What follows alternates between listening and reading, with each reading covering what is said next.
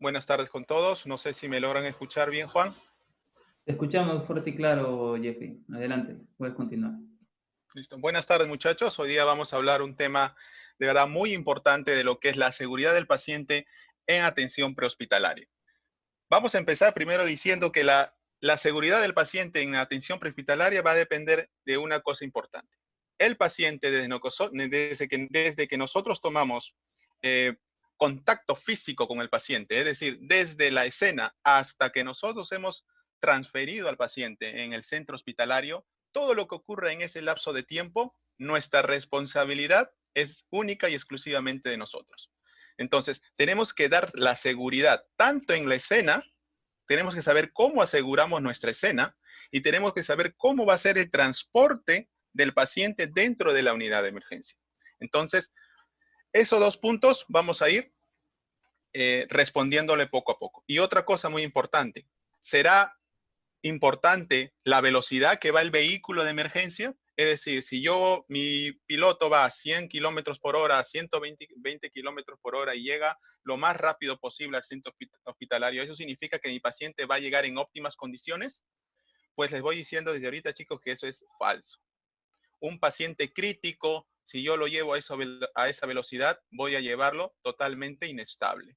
Totalmente hasta puede estar en shock, lo puedo matar con esa velocidad que nosotros vamos a ver. Vamos a ver que la aceleración y las deceleraciones juegan un papel muy importante en lo que son la fisiopatología clínica de nuestro paciente. Entonces vamos a empezar como introducción. Vamos a decir que la prioridad de todo proveedor prehospitalario del sistema de emergencias médicas es primero asegurar nuestra propia seguridad, ¿sí? Primero tenemos que asegurar a nosotros, como siempre lo hemos dicho y también lo decimos en escuela, primero yo, segundo yo y tercero yo. Una vez que yo estoy seguro, voy a poder dar la seguridad a mi paciente. Otro es la seguridad de nuestros compañeros, la seguridad del equipo. Siempre hay un líder. Ese líder tiene que velar por la seguridad de todo el equipo que va a actuar sobre el paciente. Otra cosa importante es la seguridad del paciente. ¿Sí? Vamos a ver hoy día cómo aseguramos la escena y cómo lo transportamos. Y cualquier otro pasajero. Recordemos que el paciente siempre tiene un familiar, ¿sí? En el cual vamos a ver en dónde va ese paciente, en dónde va ese familiar. ¿Va en la parte posterior o en la parte frontal? ¿Y cómo va ese familiar? ¿Sí? Vamos a ver esos puntos también aquí. El conductor de la ambulancia debe lograr una prioridad que es la seguridad. Esta seguridad va a incluir lo que es la respuesta mental y física del conductor. Yo siempre he dicho que el labón importante en lo que es el transporte del paciente dentro de la unidad de emergencia es el piloto. ¿Sí? Es el piloto. Es el que está manejando. Él es el que está en sus manos una tripulación dentro de ese vehículo. Vamos a ver hoy día que el vehículo de emergencia no es un auto de carreras, no es un taxi, que no, en la atención prehospitalaria no es simplemente cargar y llevarlo lo más rápido posible. ¿Sí? Incluyendo su estado mental y físico del conductor, quiere decir que tiene que descansar adecuadamente, aproximadamente 7 a 9 horas tiene que descansar el piloto de emergencias, de atención prehospitalaria. ¿Sí? Si este piloto no descansa lo adecuadamente, vamos a tener un piloto inestable, vamos a tener un piloto con bastante estrés, vamos a tener un piloto con somnolencia. Y ese es uno de los factores que ocasionan accidentes dentro de la atención prehospitalaria, la somnolencia. Entonces, nosotros a veces estamos, no sé si les ha ocurrido, estamos en un vehículo o estamos a veces manejando o en el transporte público donde damos una simple pestaña de 1, 2, 3 minutos y pareciera que hemos dormido un lapso elevado de tiempo. Pero imaginemos que eso ocurre a un conductor de una ambulancia. A veces dice, ¿cómo crucé la calle? ¿Cómo crucé el semáforo? No me di cuenta. Entonces, esas pestañadas hacen que el paciente no esté seguro en esa unidad de emergencia. Otros son los cinturones de seguridad. ¿Cómo se ponen los cinturones de seguridad dentro de un vehículo de emergencias? ¿Sí? Y verificar siempre que la unidad esté 100% operativa. ¿Sí? El equipo, no solamente tenemos que darle la responsabilidad del vehículo al piloto, pero el equipo tiene que saber que su unidad está funcionando adecuadamente. No puede ser posible que tú estés en tu unidad llevando a tu paciente y en medio del transporte se detenga el vehículo. Ya sea por un problema mecánico, ya sea por un problema de electricidad, cualquier problema del vehículo se detenga. A eso lo vamos a ocasionar mucho más tiempo al paciente dentro del vehículo porque va a tener que venir otra ambulancia para transferir al paciente a esta unidad y recién poder ser llevado. Entonces, todos estos aspectos van a jugar en contra con respecto a la seguridad de nuestro paciente. Listo. Entonces, aquí vemos lo que es la seguridad del paciente. ¿Sí? Vamos a... Punto número 1. Nos dice que cuando los pacientes piden una ambulancia, entonces cuando el paciente pide una ambulancia, ¿qué va a esperar del transporte? Va a esperar la seguridad. ¿Sí? Cuando un paciente está dentro de una ambulancia, lo que él quiere es ser transportado con toda la seguridad posible. Que el equipo que lo está atendiendo sea altamente calificado. Entonces, una de las reglas número 1 es no causar más daño de lo que ya tiene mi paciente. Si yo llevo un paciente crítico, yo tengo que hacer no causarle más daño a ese paciente. Y si tengo un conductor que maneja la loca y va a 100 a 120 kilómetros por hora, vamos a ver que yo le voy a causar problemas fisiopatológicos más críticos de lo que ya estaba. Entonces, con respecto a la seguridad del paciente, tenemos que siempre tiene que estar el paciente en la camilla dentro de la ambulancia con los cinturones de seguridad bien puestos. Estos cinturones de seguridad bien puestos tienen ciertas características. Tiene que ser un cinturón de seguridad de 4 puntas, en el cual acá vemos 1, acá vemos 2, en la parte posterior hay una y en la parte posterior hay otra. Son de 4 puntas que van enganchado a este circuito. Vamos a tener una cinta que va a ajustar el tórax. Vamos a tener otra para la pelvis y otra para las 2 piernas. Entonces, toda esta seguridad va a estar enganchado a lo que es la camilla. Entonces, así mantenemos la seguridad de nuestro paciente. Otro punto importante es que la camilla debe estar asegurada al piso de la ambulancia. ¿Sí? Porque recordemos que este vehículo está en constante movimiento y nunca está en una velocidad constante. Entonces, un frenazo, como si se le puede cruzar cualquier persona, vehículo, al conductor, da un frenazo y si no está asegurado el paciente en la camilla, este paciente que vemos aquí va a salir proyectado por toda la cabina de la ambulancia.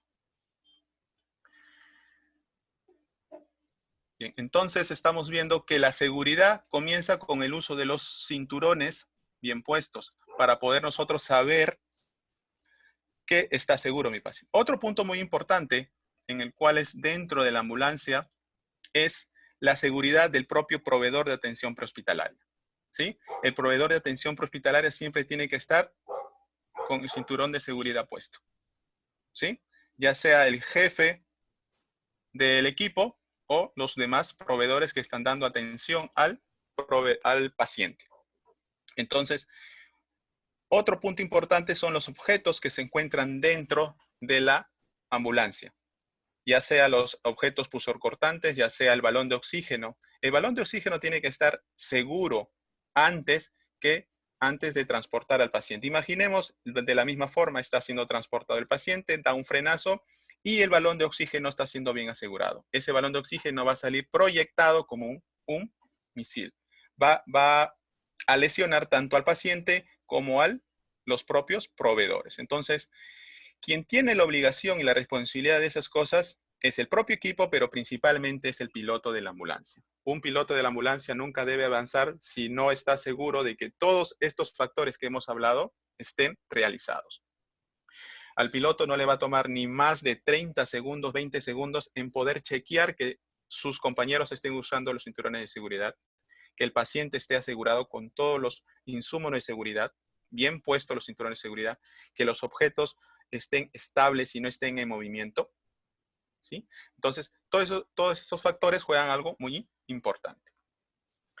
Con respecto a lo que es en los pacientes pediátricos también juegan un papel muy importante. ¿Sí? Un papel muy importante porque los pediátricos también tienen que ser asegurados en la camilla, ¿sí? Los pediátricos tienen que ser asegurados en la camilla, de igual forma, uno para el tórax y otro en la pelvis. Y va a estar unido todo en una sola conexión. ¿Sí? Recordemos que aquí este es un lactante que es muy pequeño, pero si fuera un niño más grande de ya de 12, 11 años, ya lo tendríamos que considerar como un adulto.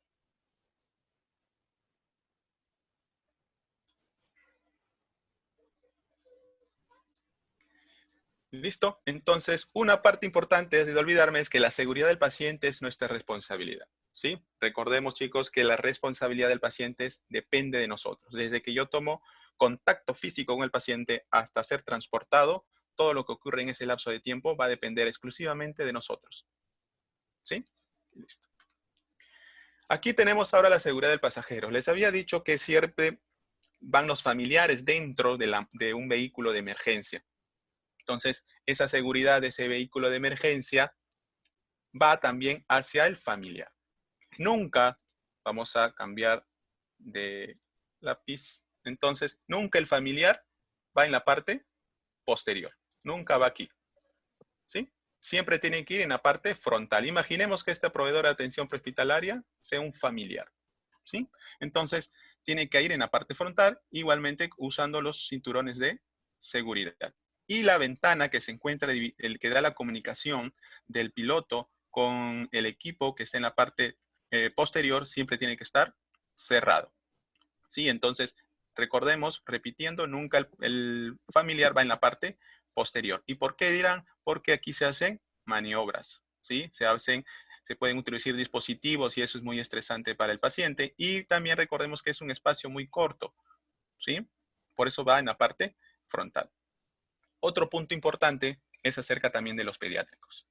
Los pediátricos, como les mencioné, van en la camilla, ¿sí?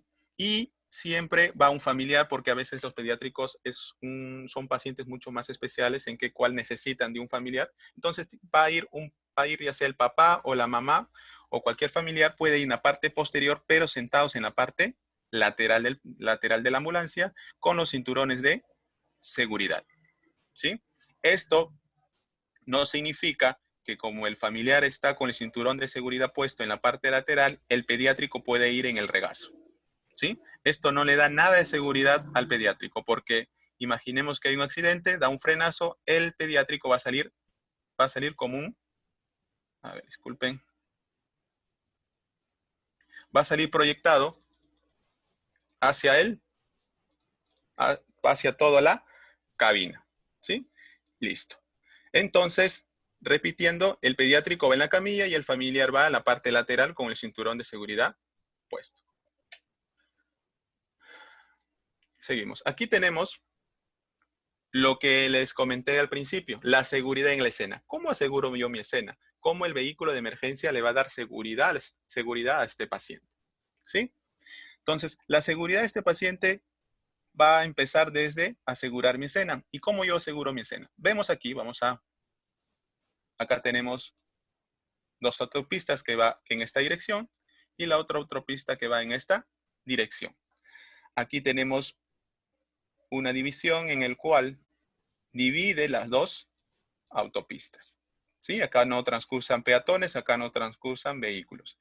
Más adelante vemos un accidente de tránsito, dos vehículos han colisionado y vemos que tú eres la primera unidad en llegar. ¿Sí? Tú eres la primera unidad en llegar a la escena y esta es la forma correcta de poder estacionar el vehículo para dar seguridad a la escena. ¿Sí? Es en esta dirección. La parte frontal va a mirar hacia el tránsito, hacia el tráfico, ¿sí? Con las llantas mirando hacia el tránsito, ¿sí? Y la parte posterior hacia el lugar donde no circulan vehículos, ya no están circulando vehículos, y hacia la parte donde es la división, y siempre con las puertas cerradas. Entonces, alguien me dirá, ¿y esto para qué me sirve? Porque si acá hay un conductor distraído y viene y se estrella con el vehículo de emergencias, la ambulancia, como las llantas están mirando hacia el tráfico, la ambulancia va a ir hasta ese sentido. ¿Sí? Entonces, Vamos a borrar aquí. Listo. Entonces, ¿qué pasaría si las llantas estuvieran mirando hasta ese sentido? Viene, se estrella con el vehículo de emergencias y el vehículo de emergencia va a hacer esto. ¿Sí? Se va contra la escena. ¿Sí? Entonces, por eso se dan todas estas perspectivas, todas estas maniobras de cómo estacionar un vehículo de emergencia. Listo, entonces tenemos asegurado toda la escena. Todo esto es nuestra escena segura. Vamos a ver que aquí estamos utilizando lo que son los conos de separación, que se dice que se ponen en forma de aguja y separamos. ¿Sí? Entonces, tenemos toda esta zona de seguridad, tanto para los proveedores como para el paciente. Entonces, tú vas a traer a tu paciente por toda esta zona, ¿sí? Donde no transcursan vehículos ni peatones. ¿Sí? Bien. Ese es en un punto de cómo asegurar la escena. ¿Qué pasaría si tú, lo que se menciona en las literaturas es que siempre sea necesario que el primer vehículo en llegar sea las ambulancias o los vehículos de emergencia en la otra imagen, de los bomberos, porque son más grandes y mucho más pesados, ¿sí? Pero si tú eres la primera unidad, vas a tener que asegurar tú la escena, ¿sí? Pero imaginemos que el accidente no ha sido en esta vía, sino ha sido aquí.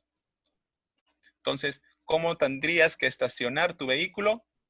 Como está explicando en la siguiente imagen. El vehículo de bomberos está estacionado en este sentido. Miren las llantas hacia dónde están mirando, ¿sí? Hacia el tráfico, ¿sí?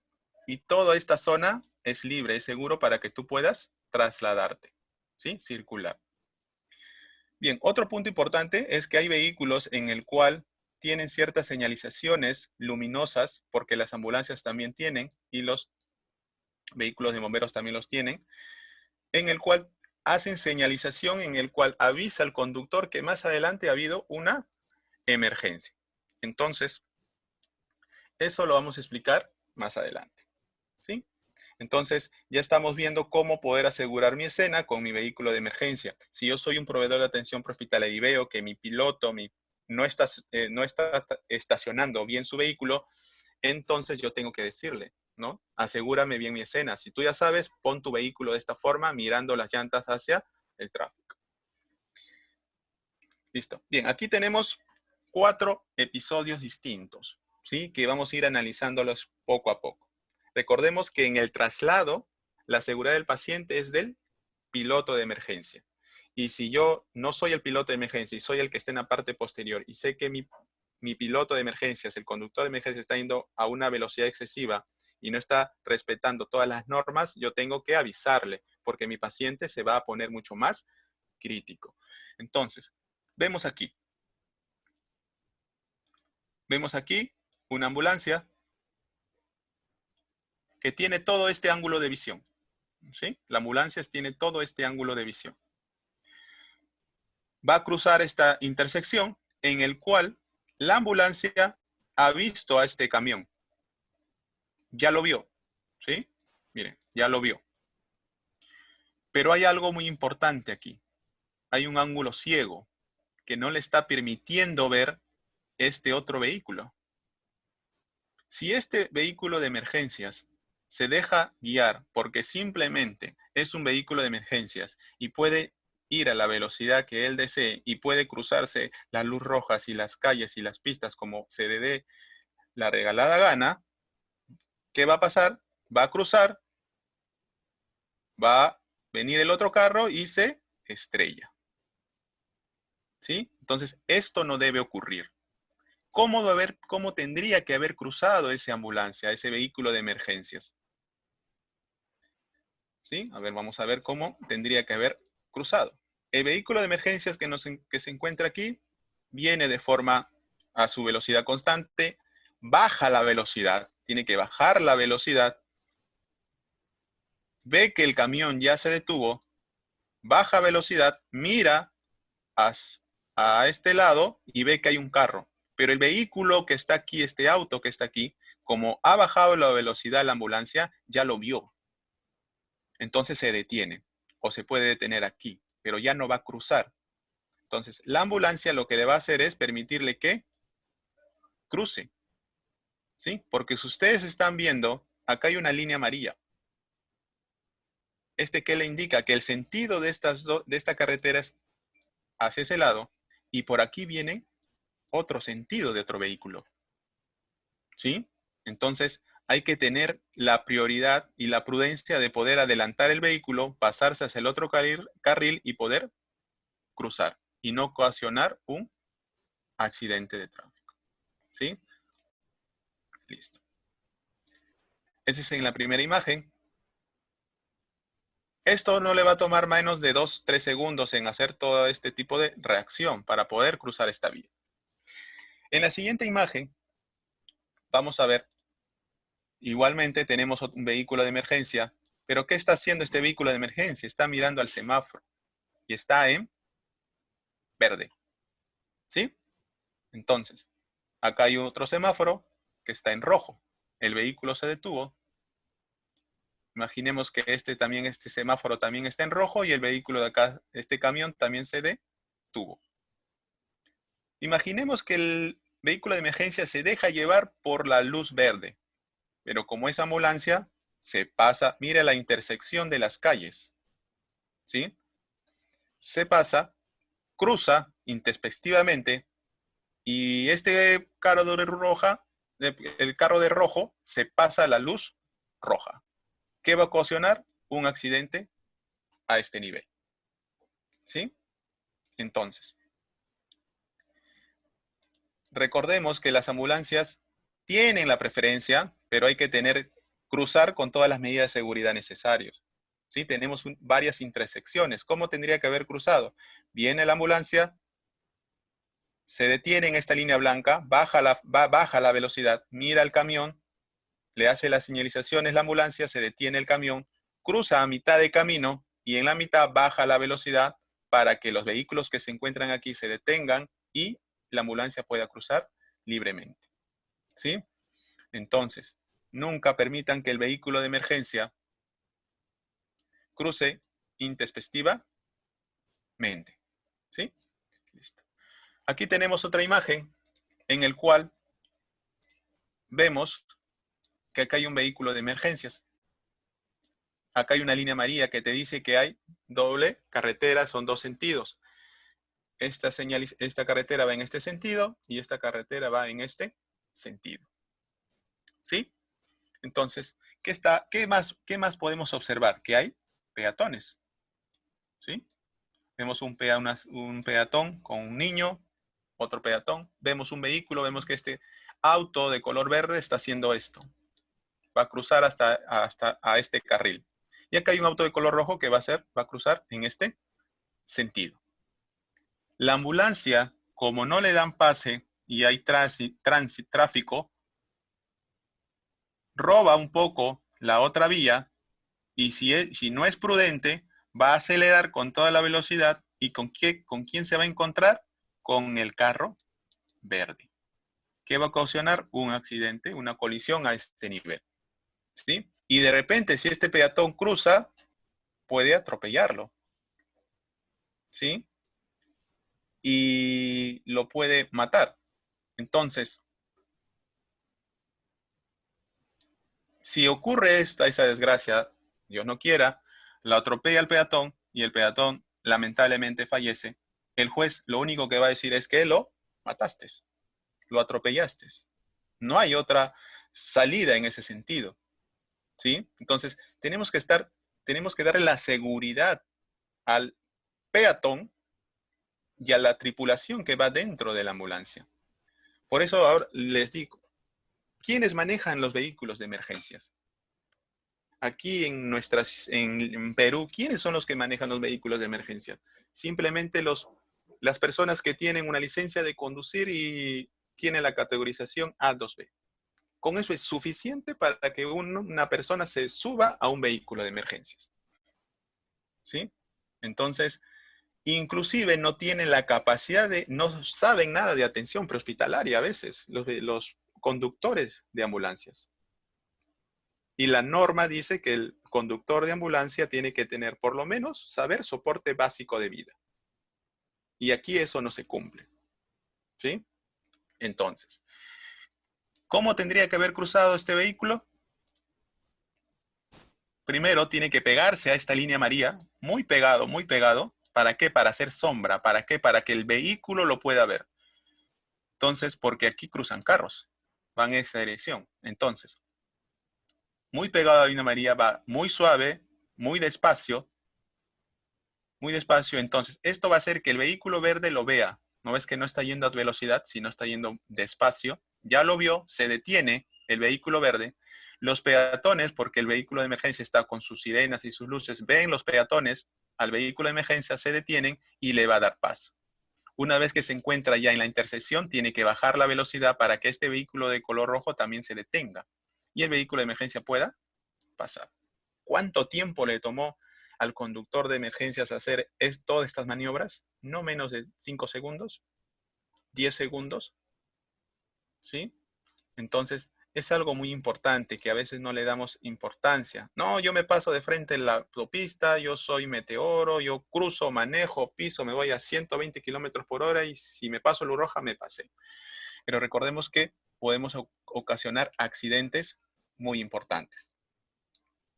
Otra cosa importante es con respecto a lo que es la velocidad y el uso de sirenas dentro de la ambulancia. Vemos aquí, si un vehículo está trasladado a 90 kilómetros por hora, la proyección de las sirenas va a ser aproximadamente solo 2 metros.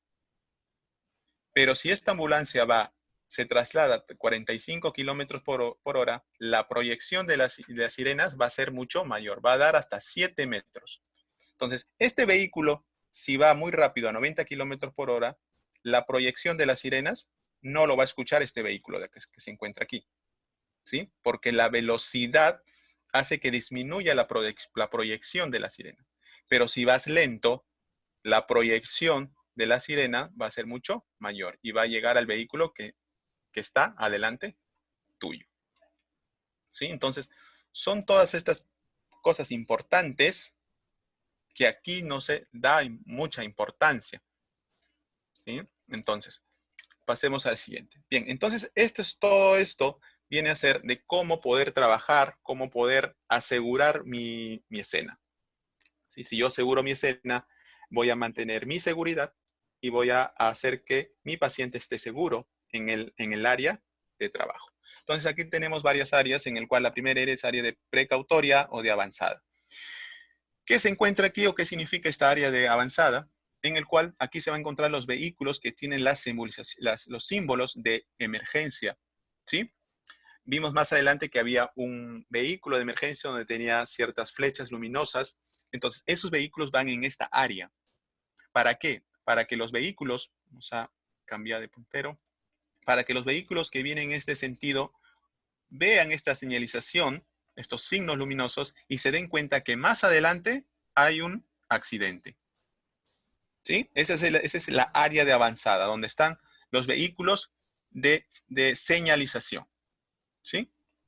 Luego, tenemos la área de transición.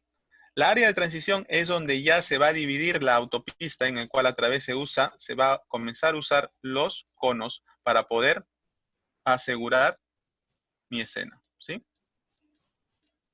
¿Sí? Entonces, yo aseguro mi escena a partir del área de transición, a partir de donde ya están los vehículos con las señalizaciones. ¿Sí? De ahí hay otra área que es el espacio de amortiguamiento. El espacio de amortiguamiento es en el cual ustedes ven acá que esta autopista son de ¿cuántos carriles? Son de 4 carriles. ¿Sí? Pero como se ha disminuido, se está realizando la zona segura, la utilización de conos, se ha disminuido los carriles de 4 a 2. 1 y 2. ¿Sí? Entonces, el área de amortiguamiento es la disminución de los carriles donde el tránsito se hace muy lento. ¿Sí? Es donde los vehículos pasan muy lentamente. ¿Sí? Luego, una vez que pasamos esa área, ese espacio de amortiguamiento, tenemos los vehículos de protección. ¿Sí? Los vehículos de protección son los los vehículos de las ambulancias, los vehículos de los bomberos, en el cual van a estacionarse. Miren cómo se están estacionando estos vehículos, hacia dónde miran la parte frontal y hacia dónde va la parte posterior del vehículo. ¿Sí? Son vehículos de protección. ¿A quién están protegiendo? A la escena. ¿Sí? Al proveedor de atención prehospitalaria, están protegiendo al paciente. ¿Sí? Entonces, estos vehículos sirven como protección. Esa es la área son los vehículos de protección que van en esta área. Una vez que tenemos esta área donde se encuentran los vehículos, tenemos el espacio de trabajo. Entonces vamos a tener toda esta área segura, ¿sí? Donde vamos a poder trabajar. Pero miren aquí tengo una ambulancia. ¿Sí? ¿Qué hace ahí la ambulancia? ¿Sí? Entonces, ¿qué pasa? Si tú no eres la primera unidad de emergencia y ya hay bomberos que han asegurado la escena y han puesto sus vehículos en ese sentido, tú puedes, como vehículo de emergencia, como ambulancia, vehículo menor, ir hacia adelante y ponerte y estacionarte en esta forma, mirando hacia el tráfico. ¿Sí? Sacas a tu paciente, lo subes a tu vehículo y sales hacia la carretera. ¿Sí? Y por último tenemos la área de terminación, donde ya el tráfico es normalizado, está normal y ya has pasado el área del accidente. Entonces, estamos viendo que asegurar la escena no solamente es poner mi vehículo, agarrar a mi paciente, montarlo a la ambulancia y me voy. ¿Sí? Estamos viendo que eso no es. Mire todo el trabajo que uno tiene que hacer para decir que mi escena está segura. Para decir que yo como proveedor prehospitalario y mis demás compañeros están seguros y decir que mi paciente está seguro en esa área de trabajo. ¿Sí? Entonces, recordemos ese punto de vista. Listo. Entonces, el transporte sanitario constituye uno de los eslabones fundamentales en la actuación médica prehospitalaria e interhospitalaria, y esto va a estar indicado en situaciones concretas y factores. Entonces, va a haber ciertos factores que van a alterar la fisiopatología de mi paciente. Uno de ellos es la distancia, la accesibilidad y la gravedad. Eso lo vamos a ver aquí más adelante. Bien, entonces, ¿cuál es el objetivo de poder trasladar a mi paciente? ¿Sí? ¿Cuál es el objetivo durante el traslado? Primero, generar la seguridad del paciente, que ya lo hemos visto, porque yo no quiero que ocurra esto. ¿Sí? ¿Qué ocurrió ahí? ¿Por qué esa ambulancia está volteada? ¿Se pasó a la luz roja? ¿Fue a toda velocidad? ¿Sí? Entonces, tomemos conciencia. ¿Quién está yendo en la parte posterior de esa ambulancia? ¿Estarán seguros los insumos dentro de la ambulancia? ¿Habrá estado seguro el balón de oxígeno dentro de esa ambulancia? ¿Estará seguro el paciente con todos los cinturones de seguridad puestos? Y también los proveedores. Entonces, es algo muy importante que tenemos que ver, ¿sí? Otro, ya hemos visto con los usuarios, con la vía pública, procurar que el traslado no desestabilice al paciente. Aquí algo muy importante en el cual siempre nosotros tenemos que llevar al paciente en el vehículo de ambulancia siempre que esté estable, ¿sí? Nosotros estabilizamos al paciente en la escena y de ahí lo trasladamos a la ambulancia. Minimizar el impacto emocional y físico que puede producir una conducción de emergencia. Eso es algo importante. Imaginemos que tienes un paciente crítico que está consciente y tú estás con sirena, con circulina, a 100 kilómetros por hora, con el megáfono, haciendo que te den pase los carros.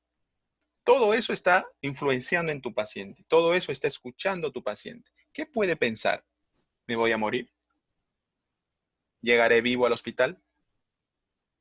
Y más aún, va a ejercer factores en su estado físico, en su estado fisiológico del paciente. Vas a ver que el paciente comienza a chocarse. ¿Por qué se está chocando si lo estoy estabilizando? ¿Sí? Y son por todos estos factores. Minimizar el impacto emocional, y como hemos visto, otra cosa es la cinetosis. Sí, ustedes han visto, por ejemplo, no se han subido a vehículos, a los autobuses, a los micros, van a cierta velocidad y en eso sienten mareos, a veces sienten náuseas. Esa es la cinetosis. Es un problema de velocidad con respecto al oído interno, al oído medio de la persona. Y eso también siente el paciente. ¿Sí? El paciente se encuentra en la camilla, no tiene algo fijo hacia dónde está mirando, ¿sí? Entonces, si tú lo llevas a tu paciente a toda velocidad y ese piloto que cree que la ambulancia es un auto de carreras y voltea la curva a toda velocidad, es eso algo que influye en tu paciente. Listo. Bien, acá tenemos ciertas normas técnicas que ya lo hemos hablando. La estabilización, recordemos que tenemos que estabilizar a nuestro paciente en la escena para poder subirlo a la ambulancia. El vehículo que utilizaremos va a depender del estado del paciente. Recordemos, no es lo mismo llevar un paciente estable que un paciente crítico o en paro cardíaco. Tenemos que saber en qué tipo de ambulancia lo vamos a llevar, tipo 1, tipo 2 o tipo 3. Otro importante son las carreteras. No es lo mismo llevar a tu paciente en asfalto que en trocha. Vamos a ver que las vibraciones también juegan un factor importante en la estabilización de tu paciente.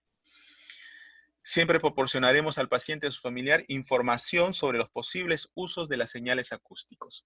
Como les estaba mencionando, siempre tenemos que informar al paciente. Si tu paciente está estable, está consciente, está viendo todo a su alrededor, dile, ¿no? Hazle saber que estás usando las sirenas y las circurinas para poder llamar la atención a los conductores que se encuentran para que te puedan dar paso y que ella se encuentra bien, se encuentre estable y que no se preocupe. ¿Sí? Esa es la manera de poder informarle a tu paciente que todo ese ruido, todo ese sonido no es producto de que el paciente está mal o que se puede morir, por ejemplo. Igual se le tiene que informar al familiar. Se debe existir comunicación fluida entre el equipo asistencial y el conductor o piloto. Eso es algo también importante. Nosotros como proveedores de atención prehospitalaria debemos trabajar en equipo, ¿sí? Cada uno debe saber qué es lo que tiene que hacer ante una emergencia, ¿sí? No debemos llegar a la emergencia y de ahí recién ponernos a preguntar, ¿qué hago yo? ¿Cuál es mi labor? ¿Qué labor me toca a mí? ¿Sí? Entonces, tenemos que tener la comunicación como equipo. Otra parte importante es comunicarse con el conductor, ¿sí? Es decir, tanto el personal médico que va a ir, la licenciada de enfermería o el personal técnico de emergencias, tiene que evaluar al paciente y sacar una conclusión de qué características o qué diagnósticos tiene tu paciente para poder ser transportado, para poder ser llevado dentro de un vehículo de emergencias. Una vez que yo he diagnosticado cuál es el estado de mi paciente, yo le voy a comunicar al conductor de la ambulancia, por ejemplo, tenemos un paciente crítico, así que por favor maneja muy lento. ¿Sí? En las curvas, por favor, mantén una misma velocidad. ¿Sí? Baja la velocidad para que des la vuelta a una curva, ¿sí? Todas esas cosas influyen en el paciente que vamos a ir viendo más adelante.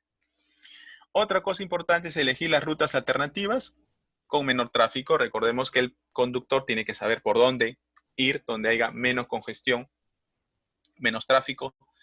El miembro del equipo debe permanecer con el paciente. Nunca debemos dejar solo a nuestro paciente. Siempre debe haber un proveedor de atención prehospitalaria. ¿Sí? Por más que esté estable, por más que esté consciente, nunca debemos dejarlo solo a nuestro paciente. Y evitar comentarios que pudieran afectar al paciente, y eso es algo importante también. Tenemos un paciente consciente y estamos que el paciente se le está en taquicardia, el paciente va a comenzar a no respirar, el paciente, y comenzamos a decir un montón de cosas y el paciente nos está escuchando todo lo que estamos diciendo.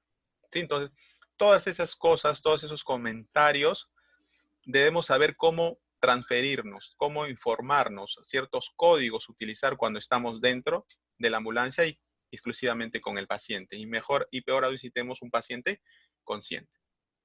Bien, aquí tenemos lo que son los tipos de ambulancia, que esto ya no lo voy a comentar mucho, pero ya sabemos, tipo 1, tipo 2, tipo 3, y aquí es una norma técnica de salud, la 051, que nos dice los tipos de ambulancia. Acá tenemos la tipo 1, en el cual es no asistencial, en el que se trasladan pacientes estables, ¿no? Acá tenemos un médico general o un técnico de enfermería, ¿sí? Son traslados de no complejos.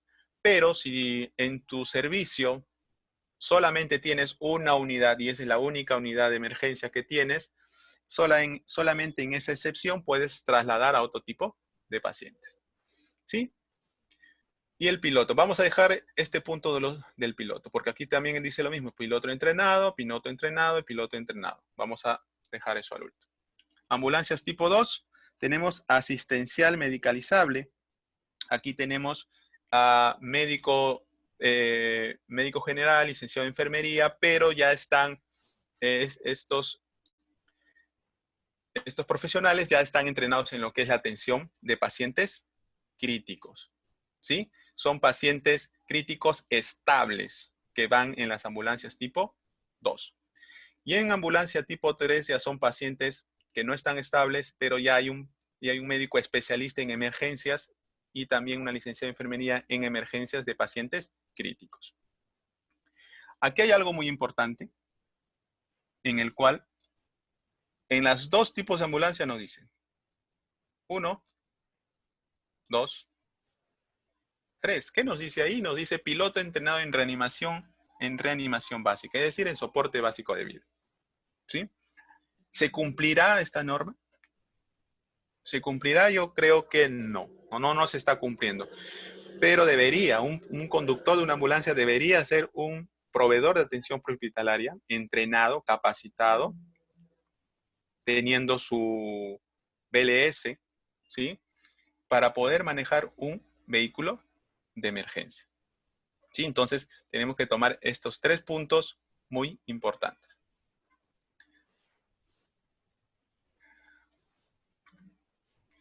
Las fases del traslado. Recordemos que la activación, se activa el sistema de emergencias, se hace contacto físico con el paciente, respuesta organizada, la organización de todo el equipo y transferimos al paciente al centro hospitalario. La fase de estabilización, recordemos que tenemos que estabilizar a nuestro paciente antes de poder subirlo a la ambulancia. Tenemos que hacer la evaluación primaria, la evaluación secundaria y todo el tratamiento. Tanto la evaluación secundaria como el tratamiento se hace dentro de la ambulancia. Listo, tenemos aquí la inmovilización del paciente. Aquí es algo también muy importante con respecto a lo que es la seguridad del paciente. Aquí tenemos asegurar al paciente, pero aquí está utilizando cintas con velcro, ¿no? Ahora no se dice que no se debe utilizar, pero no se está recomendando porque los velcros se desgastan, ¿sí? Entonces lo que se está recomendando es usar las cintas, ¿sí? Las correas con una sola sujeción, unos ganchos y listo, ¿sí? Esto no se va a desgastar y es mucho mejor, ¿sí? Acá tenemos las camillas en el cual va a ir el paciente y ajustado. Acá tenemos para el tórax, para la pelvis y para las dos piernas. Y también ya hemos hablado con respecto a la estabilización de los pediatras.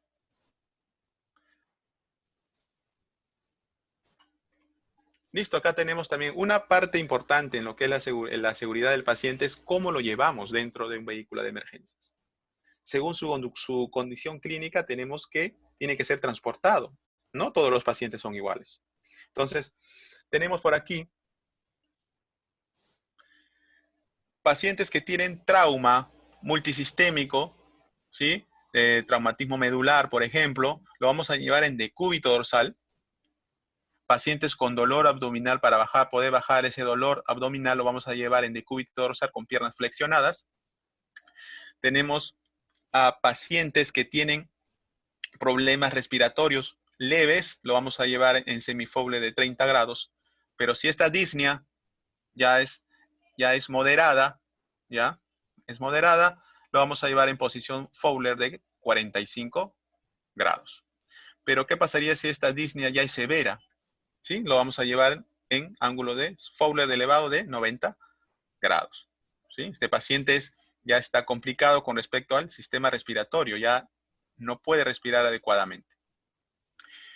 Aquí tenemos otro con pacientes con TEC o daño cerebral. Vamos a ponerlo en Antitellenburgen o en posición de Feuerstein, pero acá hay algo importante. Un ratito. Algo importante, en el cual es que tenemos que hacer sujeción en la axila y en la pelvis, para que el paciente no se vaya hacia abajo. ¿Sí? Listo.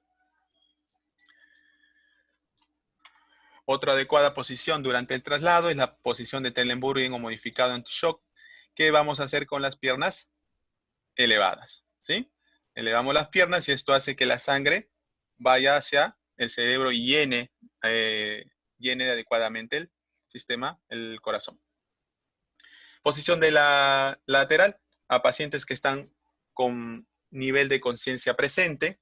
¿Sí? Esto va a permitir que la lengua no obstruya la vía aérea y permita que el paciente respire adecuadamente y también permitir que el paciente, si vomita, no se broncoaspire.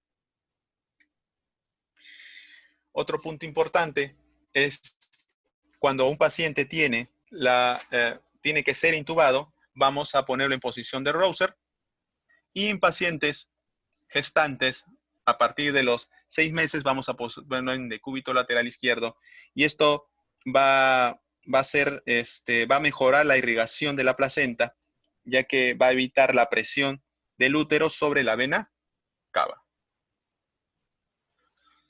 Listo, el traslado comienza cuando se instala y se asegura al paciente dentro de la unidad, ¿sí? Entonces el traslado va a comenzar cuando yo ajusto al paciente dentro de la unidad de emergencia. Podemos llevarlo transporte terrestre o transporte aéreo.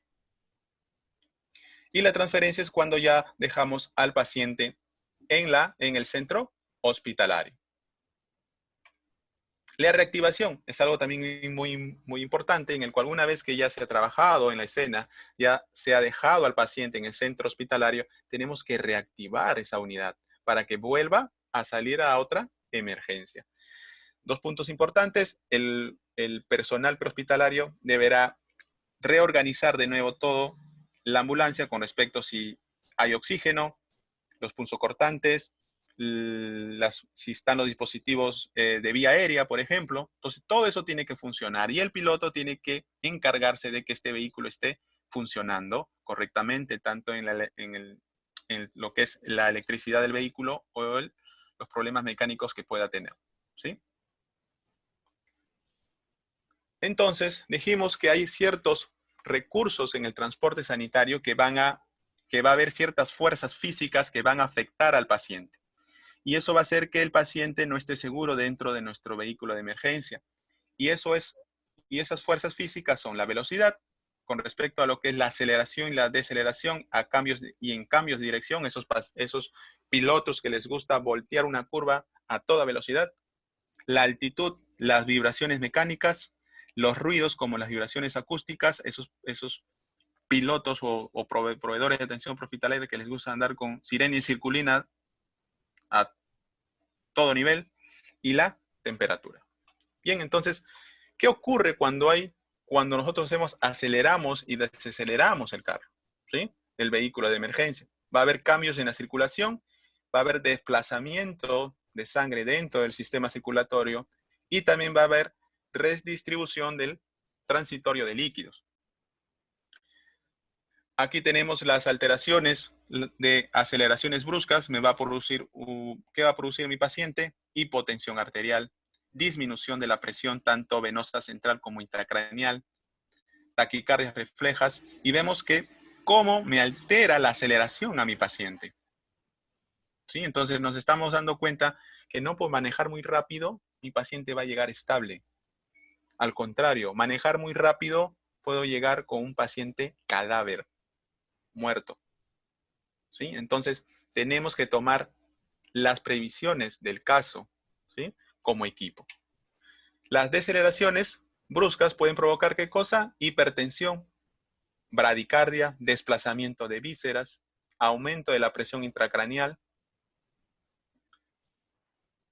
Ahora, yo les hago una pregunta. ¿Cuánto es la velocidad que tiene que ir un vehículo de emergencia tanto en la ciudad como en Panamericanas? ¿Sí? ¿Cuánto sería esa velocidad? En ciudad un vehículo de emergencia tiene que ir a 35 kilómetros por hora. En Panamericanas tiene que ir un vehículo de emergencia a 60 kilómetros por hora, como máximo. Ahora les hago otra pregunta, ¿eso se cumple? ¿Cuántas ambulancias van a 70 kilómetros por hora, 80 kilómetros por hora en ciudad? No, pero mi paciente está grave, mi paciente está crítico, y yo les hago otra pregunta. ¿Para qué está el personal prehospitalario en la parte posterior? ¿Cuál es el trabajo de esos pacientes? De ese proveedor de atención prehospitalaria. ¿Cuál es el trabajo del piloto? Si sabes que tienes un paciente crítico, entonces maneja con precaución. Todo tiene que ver con el paciente. Todo tiene que ver con asegurar al paciente y llegue estable al centro hospitalario. Repercusión de la altitud.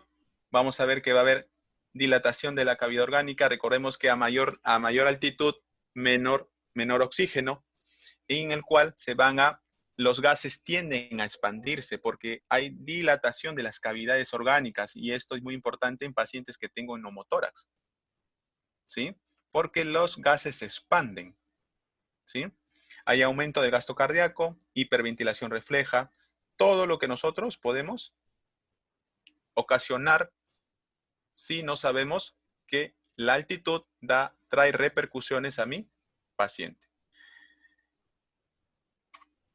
Vibraciones mecánicas también es algo importante, en el cual me va a provocar taquicardia, hiperventilaciones. Las vibraciones mecánicas también me van a traer como problema, me van a fallar los monitores, ¿sí? Artefactos electrónicos van a fallar por estas vibraciones, me van a traer resultados falsos, valores falsos. Y acá tenemos lo que son las vibraciones acústicas, y vamos a ver acá una cosa.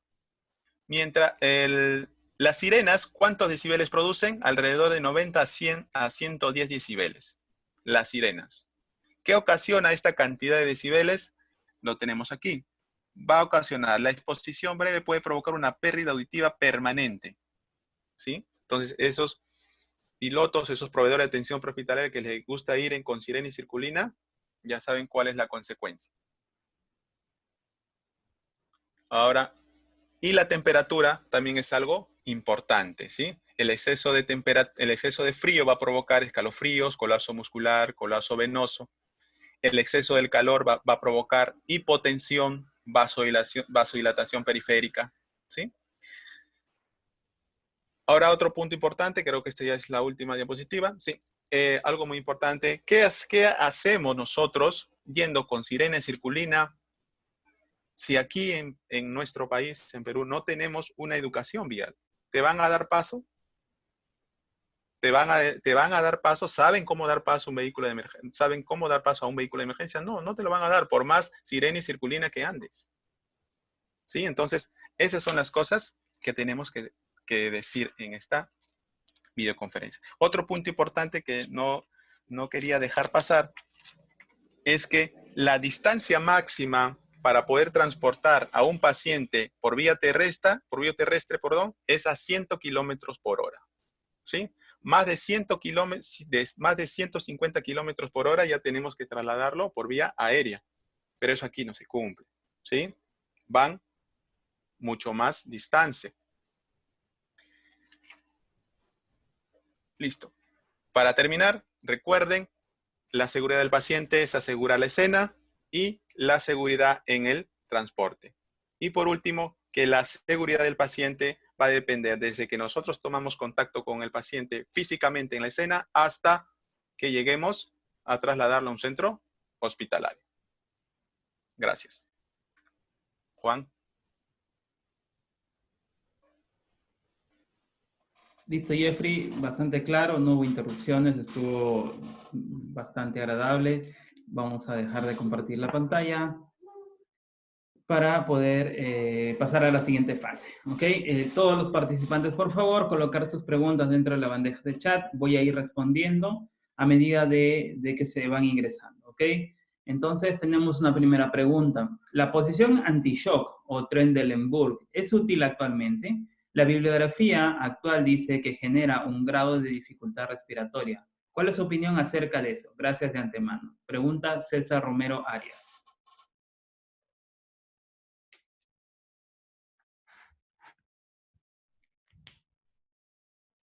A ver, las posiciones que vemos aquí, que hemos visto, son posiciones en el cual vamos a darle la seguridad al paciente, ¿sí?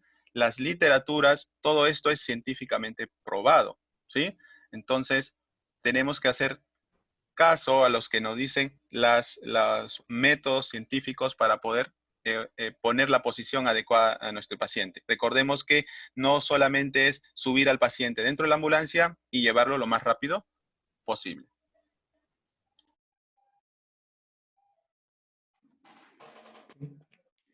Muy bien, gracias por la pregunta, por la respuesta, Jeffrey. Elisa Hoyos nos dice que en las ambulancias privadas que trabajan con seguros RIMAX, SANA y entre otras, siempre les controlan el tiempo, es decir, la ambulancia prácticamente tiene que correr para llegar. ¿Qué opina usted al respecto? A ver, esas son políticas en el cual eh, sabemos que las empresas de seguro trabajan por ciertas normas que ellos tienen, ¿no? Pero nosotros tenemos que tener una ética profesional, ¿sí? Nosotros sabemos que si nosotros llevamos a toda velocidad a mi paciente, yo no lo voy a llevar estable.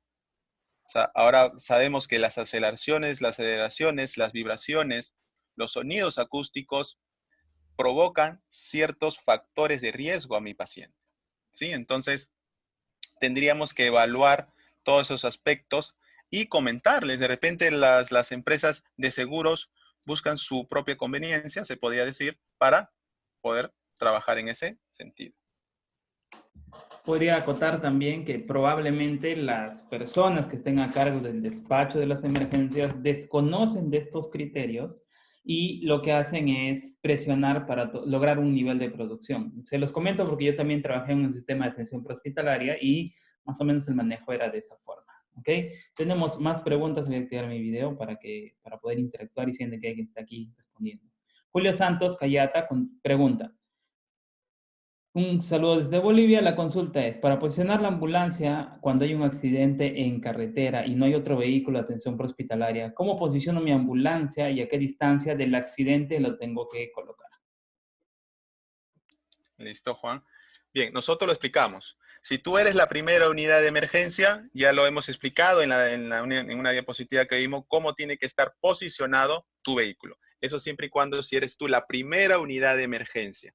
Tu unidad de emergencia va a proteger a la escena, pero si no, pero lo que se recomienda es que los vehículos que protegen la escena sean los vehículos de los bomberos, porque son mucho más grandes y más fuertes, se puede decir, son mucho más pesados.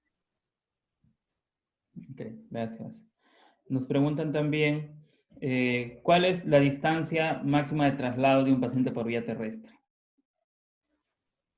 Lo acabamos de decir, son 150 kilómetros por hora. Perdón, 150 kilómetros como máximo. A partir de esa distancia ya tendría que ser trasladado por vía aérea. Ok, genial.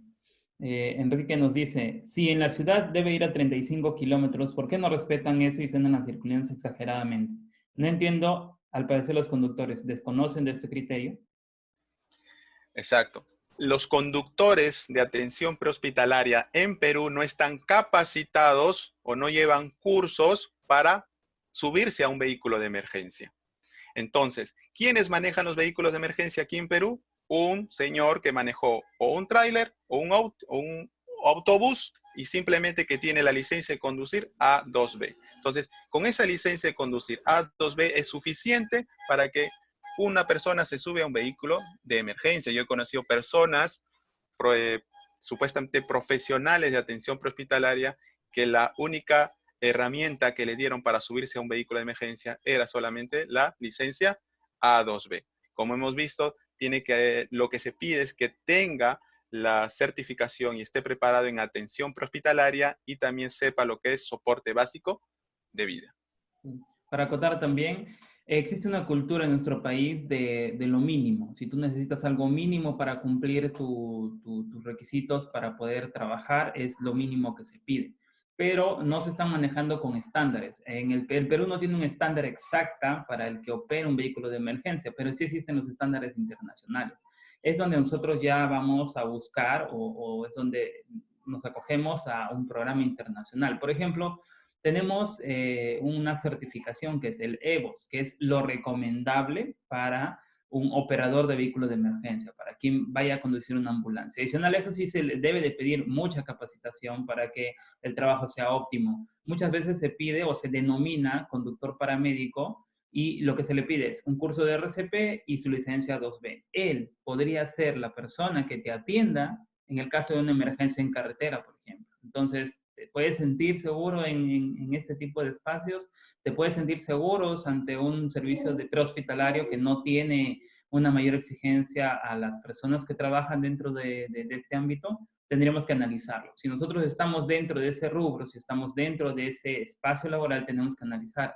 Si tú eres el que conduce la ambulancia, además tienes que analizar, ¿estoy completamente preparado para atender una emergencia o probablemente tenga que hacer algo más de lo que ya estoy haciendo?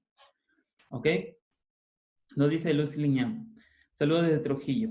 Cuando dice que se debe de trabajar en equipo, siempre dicen que debe haber un líder. ¿El líder ya está establecido en el grupo o se elige al momento de llegar a la escena? A ver, aquí siempre el líder, si está el médico, va a ser el médico el líder. O puede ser el personal más calificado dentro del grupo de la atención prehospitalaria. Hay licenciados en enfermería que saben muchísimo más que un médico, hablando en que saben más en el ámbito prehospitalario, en el ámbito del transporte del paciente. Otra pregunta es, ¿los familiares deben de ir dentro de la ambulancia? ¿Cuál es su opinión personal y en qué casos sí y en qué casos no? A ver, los familiares de los pacientes deben ir en la ambulancia, como les dije en la videoconferencia, en la parte frontal. Nunca tiene que ir un familiar de un paciente en la parte posterior. Recordemos que la cabina es muy pequeño, ya están los proveedores de atención prehospitalaria atendiendo al paciente y no va a haber espacio. Otro que debe ir adelante porque se utilizan ciertos dispositivos y puede ser muy estresante para el familiar. Solamente va a ir un familiar en la parte posterior cuando es un pediátrico, porque son pacientes más especiales, se pueden decir. Y el pediátrico tiene que ir en la camilla, no en el regazo de la mamá ni del papá. ¿Sí? Por más que esté asegurado el familiar con los cinturones de seguridad, el pediátrico tiene que ir en la camilla. Okay. Gianfranco Paul Carranza Rodríguez nos pregunta, en cuanto a un accidente con múltiples víctimas, en el caso de que lleguemos como primera unidad médica y posteriormente llega el de apoyo, llegan más unidades de apoyo, ¿la primera unidad en llegar es la primera también en trasladar a los pacientes o se queda para hacer el respectivo triage y evaluación?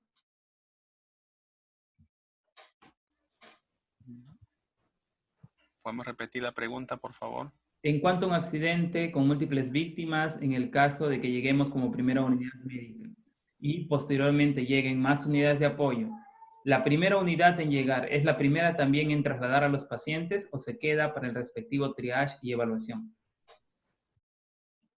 A ver, si tú eres la primera unidad de emergencia que ha llegado, lo primero que tienes que hacer es asegurar la escena. Tu vehículo va a proteger la escena. ¿Sí?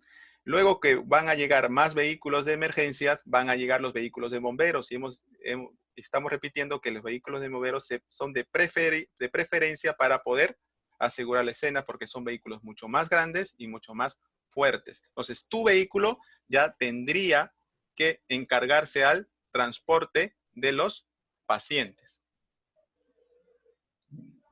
Entonces, la última pregunta de Aníbal es, un saludo para la gente de Tacna. ¿La sirena se utiliza en todo traslado y de qué manera afecta el sonido al paciente? Como lo hemos comentado, las vibraciones acústicas alteran ciertos factores fisiopatológicos al paciente. Lo vas a llevar a estrés. Ese estrés va a ocasionar ciertos problemas fisiopatológicos a tu paciente. Ahora, ¿cuándo se debe llevar las sirenas? Cuando tienes un tránsito muy pesado, entonces activas tus sirenas para que te puedan dar paso. Okay, muy bien. Enrique nos pregunta, Es básico estabilizar al paciente, pero en su experiencia, ¿qué tiempo máximo debe pasar para realizar el traslado?